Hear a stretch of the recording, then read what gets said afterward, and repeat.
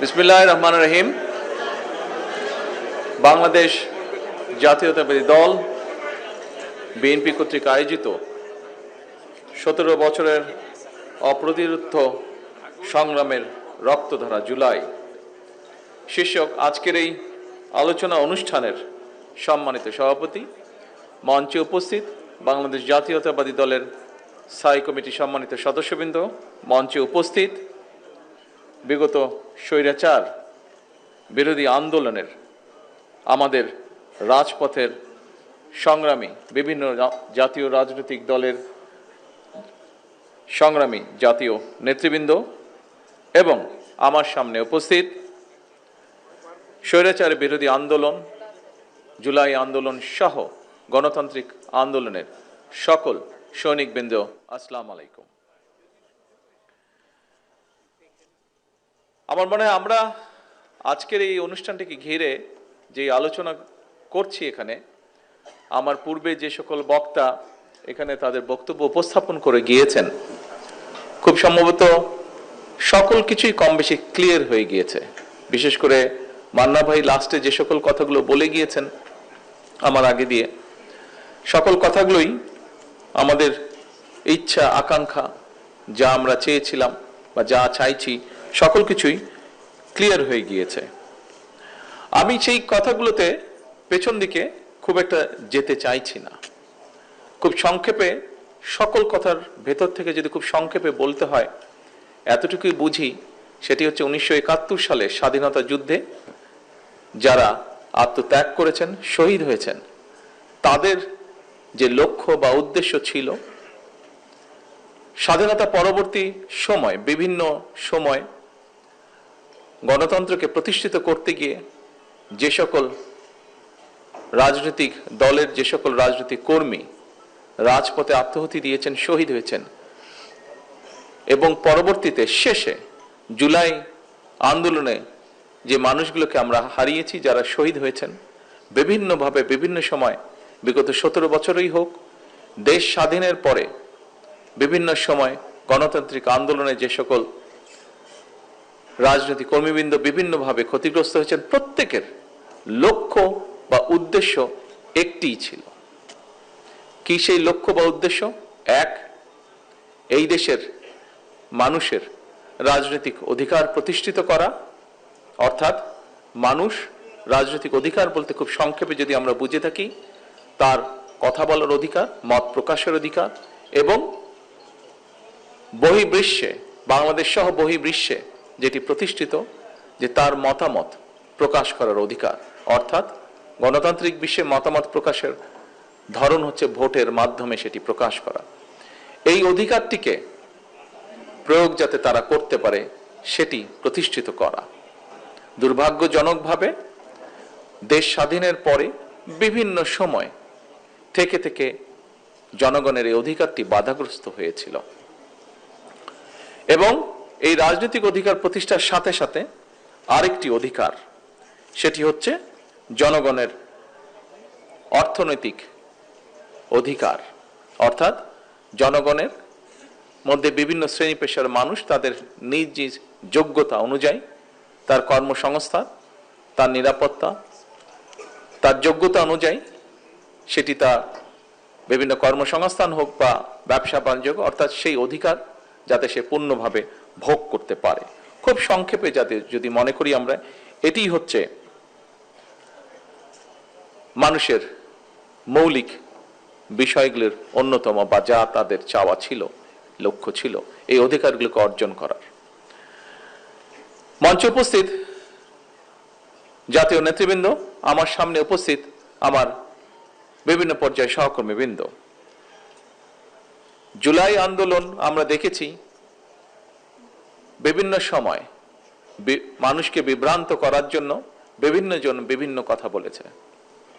আমরা আমাদের অবস্থান থেকে পরিষ্কারভাবে সাফ বলে দিয়েছি, এই জুলাই আন্দোলনের সফলতার ক্রেডিট এই দেশের সর্বস্তরের জনগণের।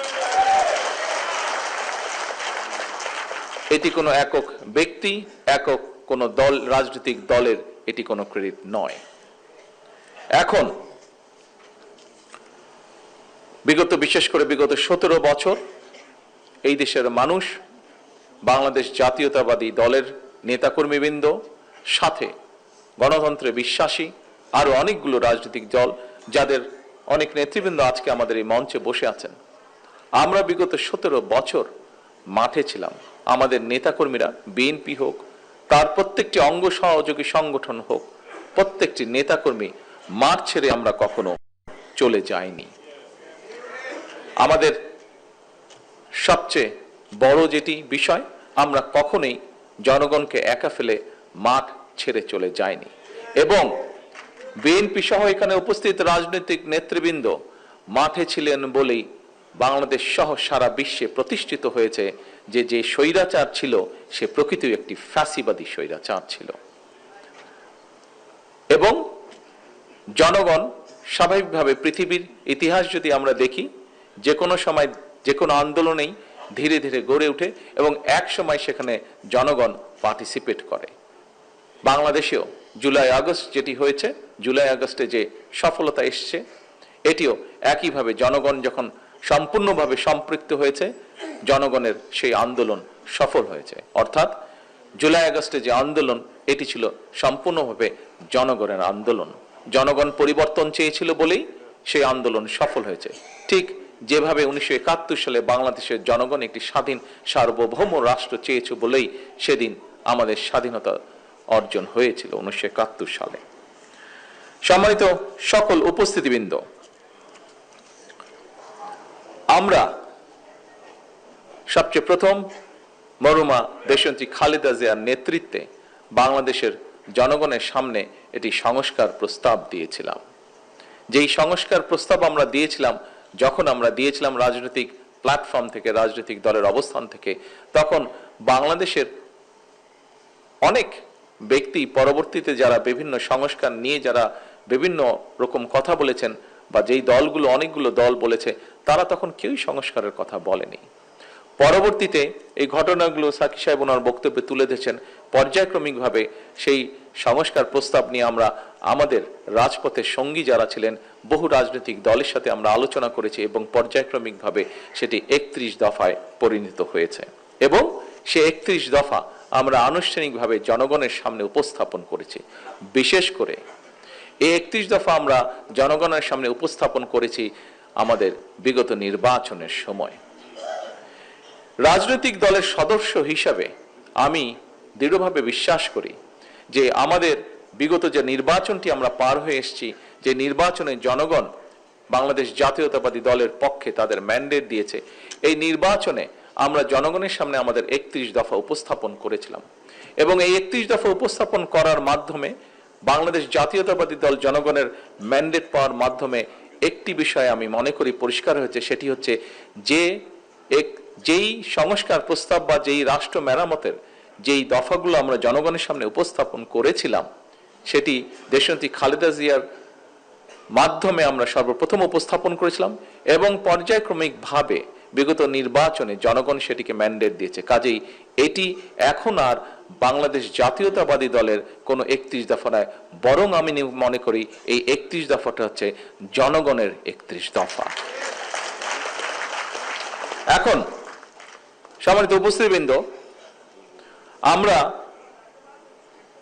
আজকে থেকে 2 বছর আগে ঠিক এই দিনে এই ঘরে উপস্থিত প্রত্যেকটি মানুষ সহ সমগ্র বাংলাদেশের প্রত্যেকটি মানুষ কি পরিস্থিতির ভিতর দিয়ে গিয়েছিল, সেটি নিশ্চয়ই 2 সেকেন্ডের জন্য চোখ বন্ধ করলে আমাদের চোখের সামনে ভেসে উঠবে। আমরা এই বিষয়গুলো নিয়ে কি আলাপ করেছি, আলোচনা করেছি এই মঞ্চে সংক্ষিপ্তভাবে। সেই বিষয়গুলো সেই দিনটি নিয়েও আলাপ আলোচনা হয়েছে। এখন আসুন,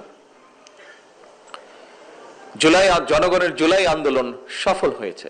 জনগণের কাঙ্ক্ষিত সেই গণতান্ত্রিক অধিকারও সফলতার পথ ধরে এতদূর পর্যন্ত আজ এসেছে। আমরা আমাদের 31 দফায় বলেছিলাম আমাদের মূল লক্ষ্য হচ্ছে জনগণের রাজনৈতিক এবং অর্থনৈতিক যে অধিকার সেটিকে প্রতিষ্ঠিত করা। আজকে আমরা একই সাথে এটাও বলেছিলাম যে আমাদের 31 দফা হচ্ছে রাষ্ট্র পুনর্গঠনের 31 দফা। প্রিয় উপস্থিতিবৃন্দ, আজকের বর্তমান সরকার 17 ফেব্রুয়ারি যখন রাষ্ট্র পরিচালনার দায়িত্ব পায়, আমরা রাষ্ট্র পরিচালনার দায়িত্ব গ্রহণ করার পরে আমরা দেখেছি, যদিও আমাদের ধারণা ছিল একটি, আমরা কম বেশি জানতাম, তারপরে স্বাভাবিকভাবেই যখন সরকারের ভিতরে এসেছি তখন পরিষ্কারভাবে দেখতে পেলাম আমরা যে আমরা অত্যন্ত একটি ভঙ্গুর অর্থনীতি পেয়েছি। আমরা দেখতে পেলাম আমরা একটি ভঙ্গুর স্বাস্থ্য ব্যবস্থা পেয়েছি। আমরা দেখলাম আমরা একটি ভঙ্গুর প্রশাসন, বিভাজিত প্রশাসন আমরা পেয়েছি। এবং এই বিভাজন শুধু সিভিল প্রশাসন নয়, সিভিল প্রশাসন বলুন, পুলিশ প্রশাসন বলুন, প্রশাসনের বিভিন্ন জায়গায় তার প্রতিফলন আমরা দেখেছি। আমরা দেখেছি একটি ডিজাস্টার্স একটি শিক্ষা ব্যবস্থা, অর্থাৎ একটি রাষ্ট্রের যতগুলো ব্যবস্থা থাকে প্রত্যেকটি ব্যবস্থা বিধ্বস্ত অবস্থায় আমরা পেয়েছি। সরকার 17 তারিখ থেকে সরকার পরিচালনার দায়িত্ব আমরা পালন শুরু করলাম। 2 সপ্তাহ না যেতেই শুরু হলো মধ্যপ্রাচ্য পরিস্থিতি। এখানে মান্না ভাই ওনার বক্তব্যে বলেছেন, আরো কয়েকজন খুব সম্ভবত বলেছেন যে সেই পরিস্থিতি আমরা কিভাবে চেষ্টা করেছি আমরা ম্যানেজ করার জন্য। সম্মানিত উপস্থিতবৃন্দ, আমি জানি সামগ্রিক সকল পরিস্থিতি নিয়ে যে অর্থনীতিকে আমরা দেখেছি যে ফ্যাসিবাদী স্বৈরাচারীর সময় বছরে এই দেশ থেকে $16 বিলিয়ন, জনগণের $16 বিলিয়ন লুটপাট করে বিদেশে পাচার করে দেওয়া হয়েছে, কিভাবে ব্যাংকগুলোকে ধ্বংস করে দেওয়া হয়েছে, কিভাবে শিক্ষা বা স্বাস্থ্য, কৃষি সবকিছুকে ধ্বংস করে দেওয়া হয়েছে। আমরা যখন দায়িত্ব গ্রহণ করার পরে যুদ্ধ পরিস্থিতি শুরু হলো তখন আসলেও আমরা একটু ওয়ারি ছিলাম যে কি করে সকল পরিস্থিতি আমরা ম্যানেজ করব। আমরা জানি এই সকল বিধ্বস্ত অর্থনীতি, বিধ্বস্ত সব পরিস্থিতির মধ্যে আমরা জানি ভিতরে জনগণ অবশ্যই কষ্টের মধ্যে দিয়ে যাচ্ছে।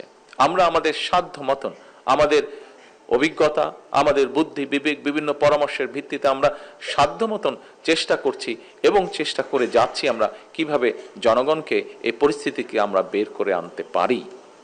এর ভিতরেই আমরা জানি যে বিশেষ করে জ্বালানি খাতে তেল বা গ্যাস এইসব বিষয়, বিদ্যুৎ এইসব বিষয়ে জনগণ সমস্যার মধ্যে দিয়ে যাচ্ছেন। কিন্তু এই যে জ্বালানিটা দিয়ে আমি শুরু করলাম, কারণ এই মুহূর্তে জ্বালানির কথাই বলুন, গ্যাসের কথাই বলুন, এই সব ক্ষেত্রে আমরা জানি দেশের বিভিন্ন প্রান্তে বহু মানুষ এই সকল ভোগান্তি পোহাচ্ছেন এগুলা। তো এখন এই বিষয়গুলোকে অবশ্যই আমাদের অ্যাড্রেস করতে হবে। কিন্তু এই কথাটাও সত্য যে কিভাবে আমরা যদি শুধু জ্বালানি খাতের কথাই চিন্তা করি, কিভাবে ফ্যাসিবাদী স্বৈরাচার এই জ্বালানি খাতটাকে তাদের পকেট ভারী করার একটি খাত হিসাবে তারা এটাকে বিবেচনা করেছিল। কাজেই স্বাভাবিকভাবেই এত বছরে লুটপাট করে যে সেক্টরটিকে বিধ্বস্ত করে ফেলা হয়েছে, সেই সেক্টরটিকে যদি পুনর্গঠন করতে হয় কিছু তো অবশ্যই সময় প্রয়োজন। আজকে অনেকেই বলেন, দেখলাম বিভিন্ন জন বিভিন্ন বক্তব্য দিয়েছেন, আমরা এক্সকিউজ দেওয়ার মাধ্যমে আমরা আমাদের দায়িত্ব এড়াতে চাচ্ছি না। হ্যাঁ, সমস্যা আছে, আমরা জানি, আমরা সেই সমস্যাটাকে অ্যাড্রেস করতে চাই। অনেকেই বলছেন যে বিভিন্ন বাসা বাড়িতে বা বিভিন্ন মিল ফ্যাক্টরিতে গ্যাস পাওয়া যাচ্ছে না, ফলে হয়তো অনেক জায়গায় অনেক মিল ফ্যাক্টরি চালানো যাচ্ছে না, অনেক বাসা বাড়িতে হয় না, রান্না বান্না করা যাচ্ছে না। ইয়েস, উই অ্যাডমিট সমস্যা আছে, কিন্তু সমস্যার সমাধানের জন্য আমরা নিরন্তর কাজ করারও চেষ্টা করছি, উপায়টি বের করারও চেষ্টা করছি। আপনারা নিশ্চয়ই দেখেছেন, গতকালকে পেপারে এসছে, দেখেছেন যে আমরা পার্শ্ববর্তী দেশ মায়ানমার থেকে গ্যাস আনার জন্য আলোচনা এরই মধ্যে শুরু করেছি। শুধু এটিই নয়, আমরা কিছুদিন আগে, আপনাদের খেয়াল আছে যে আমি মালয়েশিয়া এবং চায়নাতে গিয়েছিলাম। মালয়েশিয়াতে আমি ওখানে যে আছে পেট্রোনাস একটি তাদের কোম্পানি আছে, সেই কোম্পানির সাথে আমরা আলোচনা করেছি। সেই কোম্পানি একটি কাজ করে থাকে, ওটার টেকনিক্যাল নামটা আমি মনে করতে পারছি না এই মুহূর্তে। তারা যেটি করে, পেট্রোনাস কোম্পানি, এটি তারা পুরো ইন্দোনেশিয়াতে তারা করছে এবং জাপানের সাথেও তারা এটি চুক্তি করেছে, আগামী 20 বছর তারা জাপানকে সহযোগিতা দেবে। সেটি হচ্ছে কন্টেনারের মধ্যে করে তারা গ্যাস নিয়ে যায়, এলএনজি গ্যাস তারা নিয়ে যায়। আমরা তাদের সাথে কথা বলেছি এবং একটু সময় লাগার কারণে গত সপ্তাহে আমি নিজে প্রাইম মিনিস্টার আনোয়ার ইব্রাহিমের সাথে ফোনে কথা বলেছি যে উনি আমাদেরকে এই ব্যাপারে সহযোগিতা করতে পারেন কিনা, এবং উনি তখন আমাকে ফোনে বললেন যে আমি আগামীকাল কি তাদের সাথে কথা বলছি এবং আমরা দেখব কত দ্রুত বাংলাদেশকে কিভাবে সহযোগিতা করা যায়। গত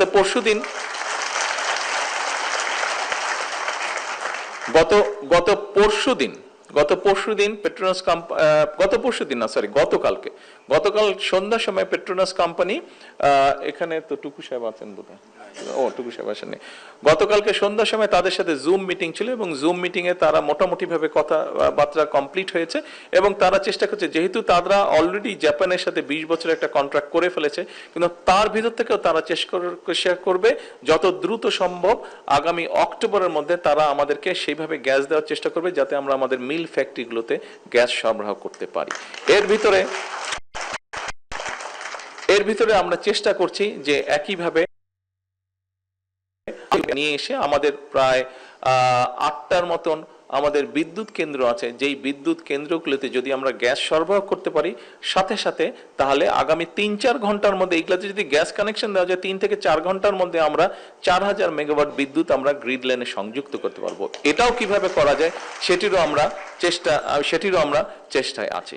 তো এখন এই যে কথাগুলো আপনাদেরকে বললাম, এই কথাগুলো বলার কারণ হচ্ছে যে আমাদেরকে দেখানো হয়েছে কুইক রেটাল বা এটা সেটা অনেক কিছু করে আমাদেরকে দেখানো হয়েছে, একটা অবস্থা তৈরি করা হয়েছে যে হ্যাঁ সবকিছু ঠিক আছে, কিন্তু আসলে অবস্থা কোনো কিছুই ঠিক নেই। যদি ঠিক থাকতো তাহলে বর্তমানে আমাদেরকে এই সমস্যার সমাধান সমস্যা পোহাতে হতো না। দেখুন, গ্যাসের কথায় আমি আবার ফিরে আসি। গত 17 বছর ধরে বাংলাদেশ পেট্রোলিয়াম কর্পোরেশনের একটি সংস্থা আছে বাপেক্স নাম, যাদের দায়িত্ব হচ্ছে যে বাংলাদেশে আমাদের কোথায় কি গ্যাস তেল কি আছে এই কূপগুলো তারা খনন করবে। গত 17 বছরে বাপেক্সকে একদম পঙ্গু করে বসিয়ে রাখা হয়েছিল, তাদেরকে কোনো কাজ করতে দেওয়া হয়নি, অর্থাৎ এটা সম্পূর্ণভাবে বিদেশিদের উপরে ছেড়ে দেওয়া হয়েছিল। আমরা আসার 1-1.5 মাসের মধ্যে আমরা সিদ্ধান্ত নিয়েছি যে বাপেক্সের জন্য আমরা 2টো রিগের ব্যবস্থা আমরা করছি, যাতে করে দ্রুত তারা দেশের ভিতরে যেখানে যেখানে আমাদের গ্যাস পাওয়ার সম্ভাবনা আছে সেখানে গ্যাস, যেখানে তেল পাওয়ার সম্ভাবনা আছে সেখান থেকে এই খনিগুলো যাতে এক্সট্রাক্ট করা যায় এবং আমরা নিজেরা যাতে আমাদের এই খনিজ সম্পদগুলো যাতে দেশের জন্য ব্যবহার করতে পারি, সেইটাও প্রক্রিয়া এগিয়ে চলছে। হয়তো একটু সময় লাগবে, কিন্তু ইনশাল্লাহ আমরা কিছুদিনের মধ্যে আমরা একটা ভালো রেজাল্ট পাবো। এখন আসুন, এই যে মানুষের এই সমস্যাগুলোকে যাতে বের করে আনতে পারি, দেশের মানুষ যাতে এই সমস্যা ভোগ না করে, অবশ্যই আমি মনে করি এটা জুলাই শহীদ বলেন, জুলাই যোদ্ধা বলেন, বিগত গণতান্ত্রিক আন্দোলনে যে সকল করতে পারে। দেখুন, আমাদের দেশে বলে 27 লক্ষ লোক বেকার, 27 লক্ষ বেকার আছে, কিন্তু আমি মনে করি যে 27 লক্ষ না, এর থেকে অনেক অনেক বেশি হবে এই সংখ্যাটি, বেকারের সংখ্যা।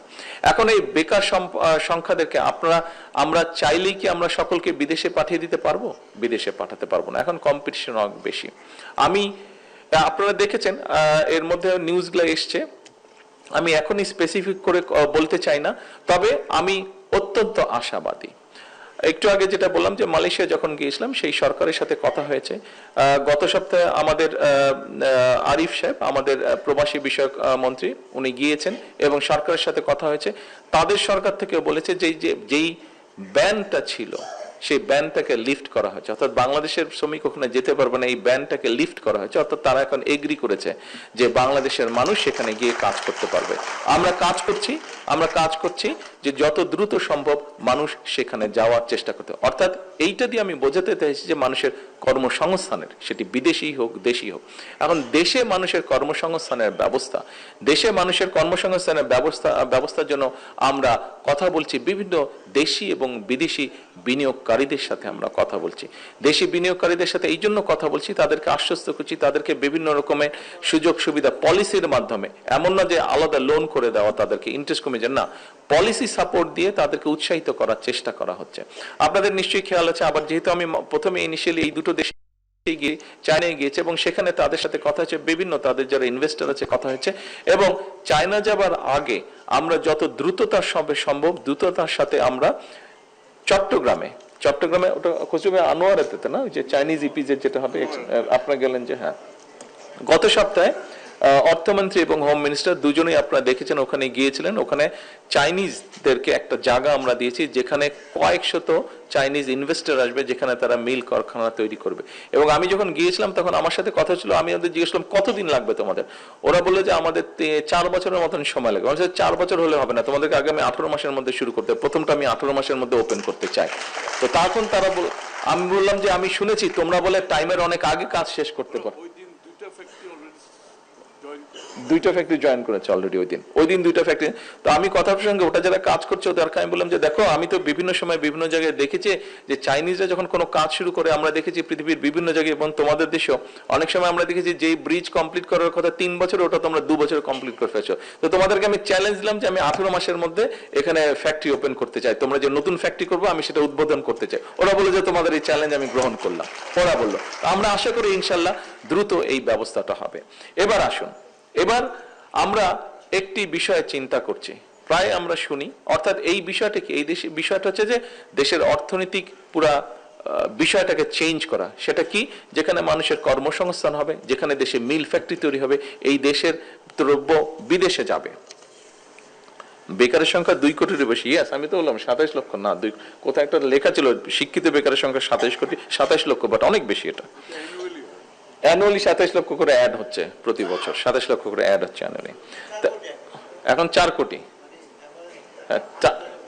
আনএমপ্লয়মেন্ট, 4 কোটি, হ্যাঁ বিভিন্নভাবে 4 কোটি।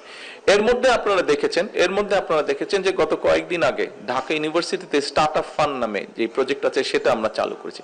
আমরা চাচ্ছি যে আমাদের দেশের যারা এন্টারপ্রেনার আছে, আমাদের দেশের যারা ইয়াংদের মধ্যে যারা এন্টারপ্রেনার আছে, এদেরকে আমরা উৎসাহ দিতে চাচ্ছি। কারণ আমরা দৃঢ়ভাবে বিশ্বাস করি যে আমরা যদি আমাদের এন্টারপ্রেনারদেরকে সহযোগিতা করতে পারি, আজকে যে এন্টারপ্রেনার সে আগামী দিনে অনেকগুলো কর্মসংস্থানের সে ব্যবস্থা তৈরি করতে পারবে। কাজে এইভাবে আমরা পরিকল্পনাগুলোকে গ্রহণ করছি যে কিভাবে আমরা দেশের অর্থনীতির গতি বৃদ্ধি করতে পারবো, কিভাবে আমরা দেশের বেকার কর্মসংস্থানের ব্যবস্থা করতে পারবো, সেটি দেশেই হোক সেটি বিদেশি হোক, বিভিন্নভাবে আমরা চেষ্টা করছি।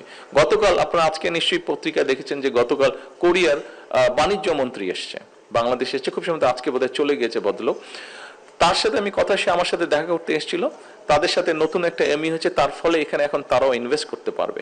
তারা বিভিন্ন জায়গায় বিভিন্ন রকমের প্রতিকূলতা ফেস করছে, তারা বিভিন্ন জায়গায় তারা গেছে, তো সেই জন্য তারা এখন বাংলাদেশে আসতে চাইছে। কিন্তু আইন কানুনের কতগুলো বিষয় আছে যে জন্য তারা বাংলাদেশে আসতে পারছে না। আমি বললাম যে কি কি আইন কানুন ঠিক করতে হবে বলো, আমরা দ্রুততার সাথে আইন কানুন ঠিক করছি। আজকে কোরিয়ার বাণিজ্য মন্ত্রী এবং আমাদের বাণিজ্য মন্ত্রী আজকে এমইউতে সই করেছে, তার ফলে যেটা হবে এখন অনেক ইজি হবে তাদের বিনিয়োগকারীদের এখানে আসতে। এবং একটি আছে তাদের একটি এক্সপোর্ট প্রসেসিং জোন আছে। আমি বলেছি যে তোমরা যদি ঠিক করো আসবা, আমরা এর মধ্যেই আমরা এই যে নারায়ণগঞ্জে ওখানে শীতলক্ষার পাশে ওই মিল ফ্যাক্টরি কতগুলো বন্ধ হয়ে গেছে, বাওয়ানি জুট মিল, আরেকটা কোনটা আছে, হ্যাঁ ওই যে বিরাট পাশাপাশি দুটো আছে, তো আমি ওদেরকে, হ্যাঁ 2টো বা 3টা আছে, ওই জায়গাটা আমরা ঠিক করে রেখেছি। ওই জায়গাটা ঠিক করে রেখেছি যে যারা সেমিকন্ডাক্টর বা ইলেকট্রনিক ইন্ডাস্ট্রি যারা করবে তাদের জন্য আমরা ওই জায়গাটা ঠিক করে রেখেছি। আমি কোরিয়ানকে বললাম যে তোমরা এখানে আসো, তোমাদের জন্য জায়গা ঠিক করা আছে, বিকজ কোরিয়ানরা সেমিকন্ডাক্টর ইলেকট্রনিকে তারা খুব ফেমাস, তারা খুব এটাতে এক্সপার্ট। তো আসো, স্যামসাং বা এই জাতীয় কোম্পানি যারা আসো, আমরা তোমাদেরকে জায়গার ব্যবস্থা করে দেবো এবং তোমাদের যে সকল পলিসি সাপোর্ট লাগবে আমরা সবকিছু তাদেরকে দেবো। আজকে এখানে আসার 1-1.5 ঘন্টা আগে দিয়ে সৌদি আরবের পররাষ্ট্র প্রতিমন্ত্রী যে এসছে, ওই ভদ্রলোক এসেছিলেন আমার সাথে দেখা করতে, উনিও আমাকে বললেন, আমি বললাম যে উনি সোলারের কথা বলেন যে আমরা সোলারে ইনভেস্ট করতে চাই। আমি যে তুমি কে করবে পাঠায় দাও, বাকি ব্যবস্থা আমরা করছি, যত দ্রুত সম্ভব আমরা করছি। তো আমরা এখন এইভাবে আমরা দেশের ভিতরে হোক, আমাদের দেশীয় ইনভেস্টর যারা আছে, আপনারা দেখেছেন পত্রিকা নিশ্চয়ের মধ্যে দেখেছি যে আমাদের দেশীয় যারা শিল্পপতি আছে, আমরা তাদেরকেও বিভিন্নভাবে তাদেরকে আমরা দাওয়াত দিচ্ছি, তাদের সাথে আমরা কথা বলছি, তাদের বিভিন্ন রকম সমস্যা আছে সেগুলো আমরা সমাধানের চেষ্টা করছি। এখানে একজন বক্তা বলেছেন যে বন্ধ মিল ফ্যাক্টরি কারখানা আছে, সরকারের কাছে বিটিএমসি এবং বিটিএ আরেকটা জুট যেটা আছে তাদের কাছে সব মিলিয়ে এবার 50টার মতন মিল ফ্যাক্টরি যেগুলো বন্ধ হয়ে পড়েছে, বিরাট বিরাট জায়গা নিয়ে বিল্ডিং টিল্ডিং হয়ে পড়ে আছে, কিন্তু সেগুলো বন্ধ হয়ে পড়ে আছে। বছরের পর বছর ধরে সরকার এগুলোর পিছনে টাকা গুনছে, টাকা দিয়ে দিচ্ছে, কিন্তু কিছু করতে পারছে না। এগুলা নিয়ে অনেকবার বসা হয়েছে এবং আমরা আমাদের দেশীয় ব্যবসায়ী যারা আছে, বিদেশি যারা তাদের সামনে কথা বলছি এবং আমরা আশা করছি আগামী 6-7 মাসের মধ্যে এর মধ্যে অনেকগুলো আমরা চালু করতে সক্ষম হব, অর্থাৎ প্রাইভেট সেক্টরে আমাদের, যার ফলে কয়েক হাজার কর্মসংস্থানের ব্যবস্থা ইনশাল্লাহ হয়ে যাবে। এখন এই যে কাজগুলো আমরা করছি, আসুন এবার গেল, আমি তো কর্মসংস্থানের কথা বললাম, আমরা এনার্জির কথা বললাম, আমরা কি সাধারণ মানুষ যারা যারা যাদের পক্ষে অর্থনৈতিকভাবে অতটা এফোর্ড করা সম্ভব না, এই মানুষগুলা বা গরিব মানুষ বলতে যাদেরকে আমরা বুঝি, এই লোকগুলা কিন্তু বিন্দুমাত্র বলা যায় যে তারা কোনো স্বাস্থ্য সুবিধা পায় না জেলা উপজেলায়। আজকে এত বছর হয়ে গেল, দেশ স্বাধীন হয়েছে, উপজেলায় পর্যন্ত উপজেলায় লেভেলে যে হাসপাতালগুলো আমাদের আছে, এই হাসপাতালগুলোর একটি কাহিনী আছে, আমি আপনাদেরকে বলি। এই যে উপজেলায় যে 51 বেডের হাসপাতাল আছে, আপনারা কি জানেন এই 51 বেড হাসপাতাল কবে হয়েছিল?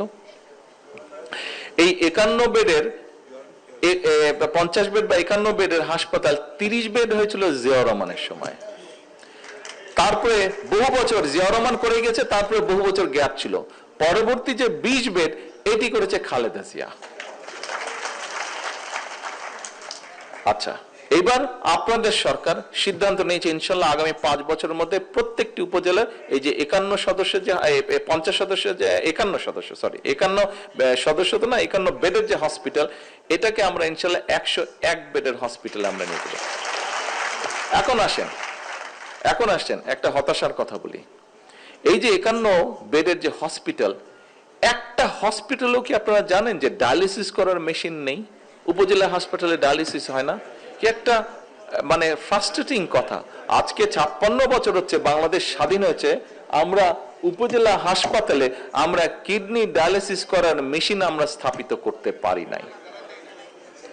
জানলে খুশি হবেন আপনাদের, হ্যাঁ না জেলা পর্যায়ে নেই, আপনারা জানলে খুশি হবেন যে জেলা পর্যায়ে আগামী 3 থেকে 6 মাসের মধ্যে মোটামুটি ম্যাক্সিমাম জেলা পর্যায়ে আমরা মিনিমাম, যেখানে আপনার মেডিকেল কলেজ সেখানে আমরা 10 বেডের করছি, এবং যেখানে মেডিকেল কলেজ নেই, মেডিকেল কলেজ 50 বেডের, জেনারেল হাসপাতালে 10 বেডের, মেডিকেল কলেজে 50টা dialysis machine, 50 bed dialysis machine, এবং যেটা হাসপাতাল জেনারেল হাসপাতাল সেখানে 10 বেডের ডায়ালিসিস মেশিন। এবং আগামী 2 বছরের মধ্যে 2 থেকে 3 বছরের মধ্যে আমরা উপজেলায় নিয়ে যাব। এটা 2 থেকে 3 বছরের মধ্যে সবগুলা উপজেলায় আমরা ইনশাল্লাহ 10 বেড করে, মিনিমাম 10 বেডের করে এই ডায়ালিসিস পেশেন্টরা যেটা ডায়ালিসিস সেখানেই করতে পারে, সেই ব্যবস্থাটা আমরা করছি।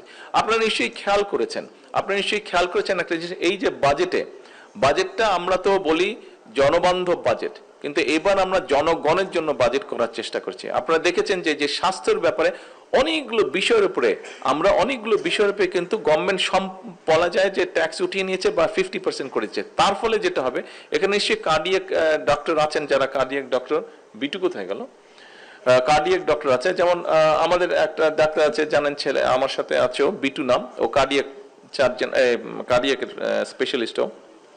আগে যেখানে 1,20,000-এর মতন কারো যদি স্টেন্টিং হতো, 1,20,000 30,000-এর মতন খরচ পড়তো। এই খরচটা গত বাজেটে আমরা সেই স্টেন্টিং এর উপর থেকে ডিউটিটা অর্ধেক করে দেওয়ার ফলে এই খরচটা কমে এখন 50 থেকে 60,000 টাকার মধ্যে এটা চলে এসেছে। এর বাইরেও যে এই যে ডায়ালিসিসের কথা বললাম, ট্যাক্সটা রিডিউস করার ফলে প্রায় 800 থেকে 1000 টাকার মতন কম খরচ হবে প্রত্যেকটা মানুষের। আগে যেখানে প্রায় 2000 টাকার মতন লাগতো, সেটা এখন প্রায় 1200 টাকার মধ্যে চলে আসবে তাদের ডায়ালিসিস করার খরচটা। এর বাইরেও চোখের যে লেন্সটা ছিল, যেটা বহু মানুষের প্রয়োজন হয়, লেন্সটা মানে এটা ওই যে সুন্দর দেখানোর জন্য, নট দ্যাট লেন্স, চোখের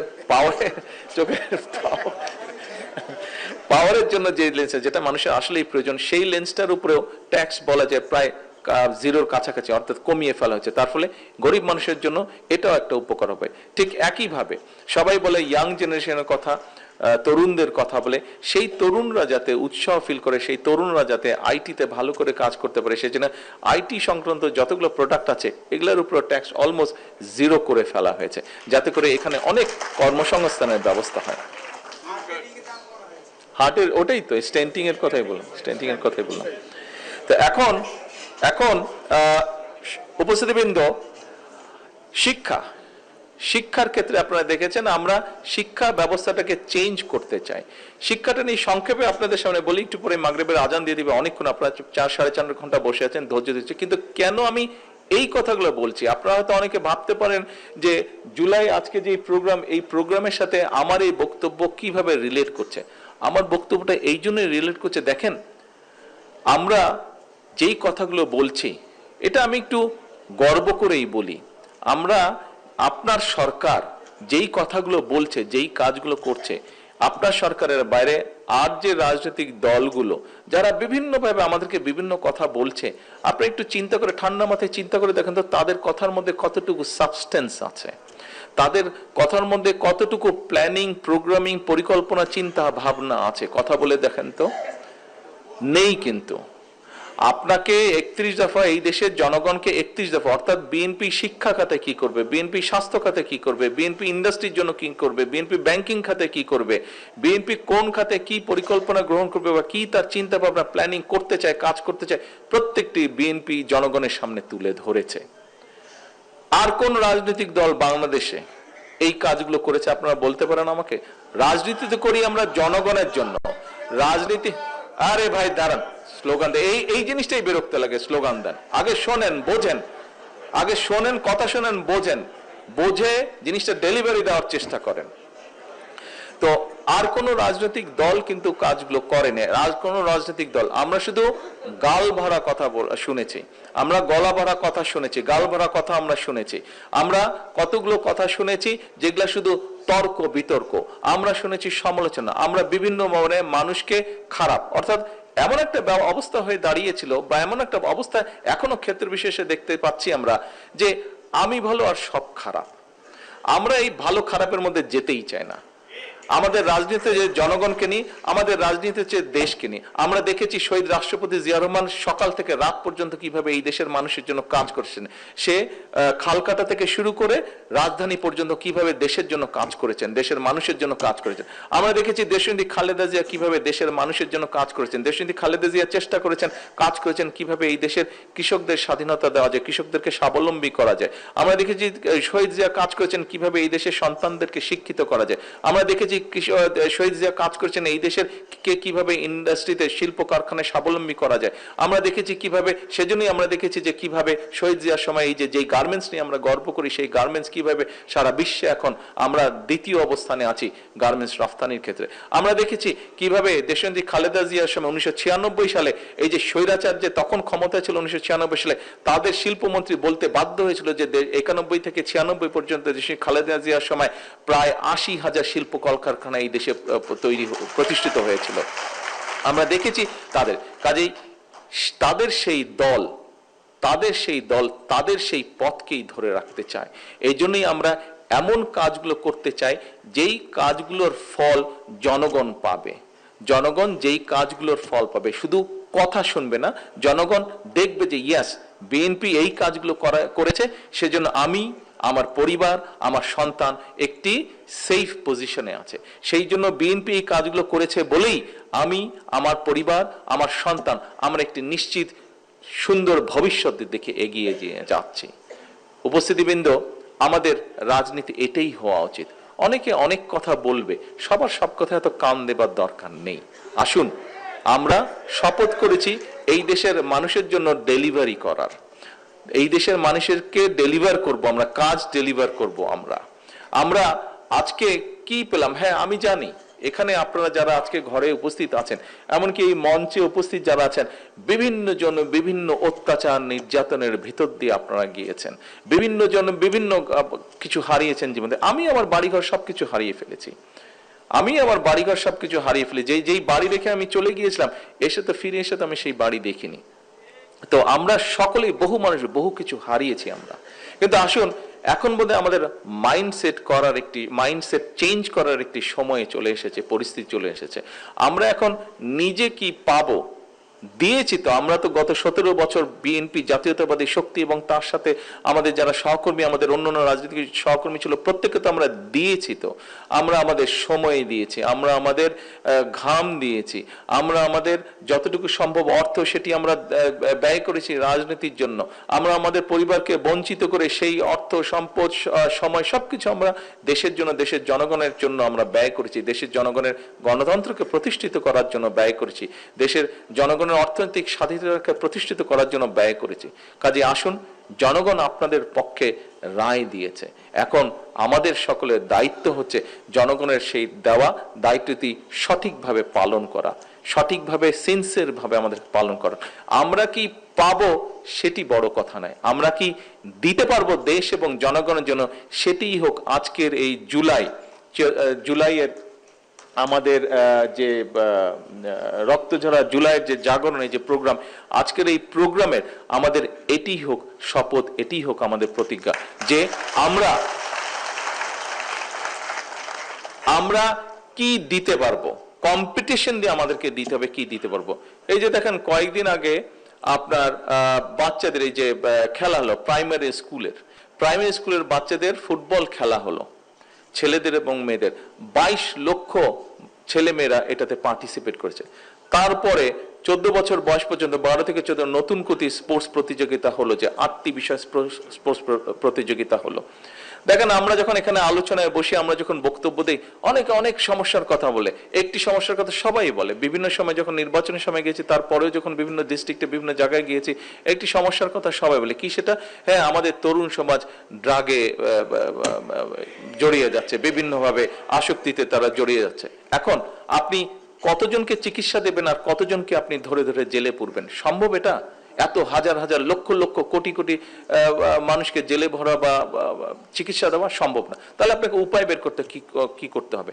তাহলে এই যে ইয়াং জেনারেশন, আমরা সবাই কিন্তু ওই বয়সটা পার হয়ে এসেছি, সেটি 15, 16, 17, 18, 20, 22 বছর বয়সটা কিন্তু আমরা পার হয়ে এসেছি।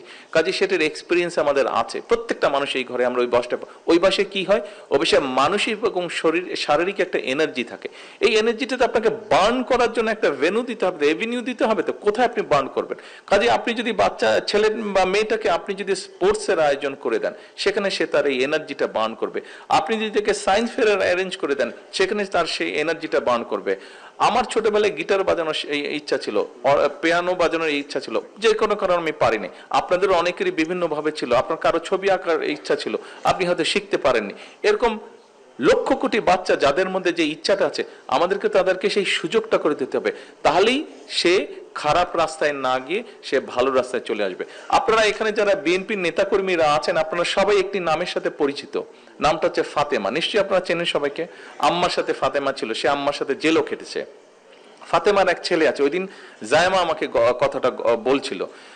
বিষয়টা কি, ঘটনা শুধু বলি। ফাতেমার ছেলে এখন ফাতেমার সাথে থাকে, আম্মার সাথে যখন ফাতেমা ছিল তখন ও দেশের বাড়িতে থাকতো, এখন বড় হয়েছে, এখন ওর ছেলে মেয়ে ওর সাথে থাকে, একটা ছোট বাড়ি ভাড়া নিয়ে ওরা ঢাকাতেই থাকে, আমাদের বাসা থেকে একটু দূরে। তো ওর ছেলে একদিন ওকে বলছে যে মা, আমাকে অমুক ফুটবল ক্লাবে, কি একটা ফুটবল ক্লাবের নাম বলেছে, ওখানে আমাকে ভর্তি করে দাও, তো 1,500 টাকা বোধহয় লাগবে। তো তুমি 1,500 টাকা দিয়ে ফুটবল ক্লাবে ফুটবল খেলবো? তুমি বলে হ্যাঁ, ফুটবল আমি এই জন্য খেলবো কারণ আমি যদি ফুটবল খেলি, পড়ালেখার পাশাপাশি যদি আমি এখানে ফুটবল কোর্সটা করি, তাহলে যেটা হবে, আমার কিছু বন্ধু বান্ধব আছে যাদেরকে আমার ভালো লাগে না, কিন্তু আমি যদি ওখানে না যাই, ওরা আমাকে জোর করে টেনে ওদের সাথে নিয়ে যাবে, আমি ভালো থাকতে পারবো না। কাজে আমাকে তুমি যদি ওখানে দিয়ে দাও, আমি ওইটা নিয়ে ব্যস্ত থাকবো, পড়ালেখার পাশাপাশি ওইটা নিয়ে ব্যস্ত থাকবো। তাহলে দেখেন নেতৃবৃন্দ, যে বাচ্চাটা নিজেই চিন্তা করছে, তো বাচ্চাটা যখন তার নিজের জন্য এভাবে চিন্তা করছে, আমরা তাহলে আমাদের সামগ্রিকভাবে আমাদের দেশের সন্তানদের জন্য কেন ভালো কিছু চিন্তা করব না, কেন ভালো কিছু করার চেষ্টা করব না? আমাদেরকে বুঝতে হবে আমাদের সন্তানরা কি চায়, তাদের জন্য সেই পথটা তৈরি করতে হবে, তাদেরকে সেই পথটা দেখাতে হবে। আসুন, দেশের মানুষ আমাদেরকে সেই দায়িত্বটা দিয়েছে, আমরা চেষ্টা করি সেই দায়িত্বটা পালন করার জন্য। নেতৃবৃন্দ, সেজন্যই আমরা এই বিষয়গুলো আয়োজন করছি, সেজন্যই আমরা বলতে চাচ্ছি যে লার্নিং উইথ হ্যাপিনেস, আমরা শিক্ষা কার্যক্রমটাকে সেভাবে ঢেলে সাজাতে চাচ্ছি। এটাই হচ্ছে আমাদের জুলাই চেতনা বলেন, স্বাধীনতার চেতনা বলেন, বা যেটাই বলেন, আমরা এটাতেই বিশ্বাস করি। কারণ আমি ছোটবেলা থেকে দেখে বড় হয়েছি, সেটা হচ্ছে যে শহীদ জিয়া এভাবেই চিন্তা করতেন দেশের মানুষের জন্য, খালেদা জিয়া এভাবেই চিন্তা করতেন দেশের মানুষের জন্য। স্বাভাবিক আমিও এভাবেই চিন্তা করব আমার দেশ এবং দেশের মানুষের জন্য।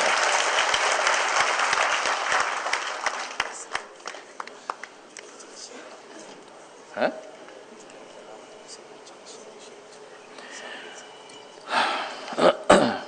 সকল উপস্থিতিবৃন্দ, আমার মনে হয় বক্তব্য আমরা অনেক লম্বা দিয়ে ফেলেছি, অনেক কথা হয়েছে। আসুন, আন্দোলন হয়েছে, সংগ্রাম হয়েছে, কথা হয়েছে, তর্ক বিতর্ক হয়েছে।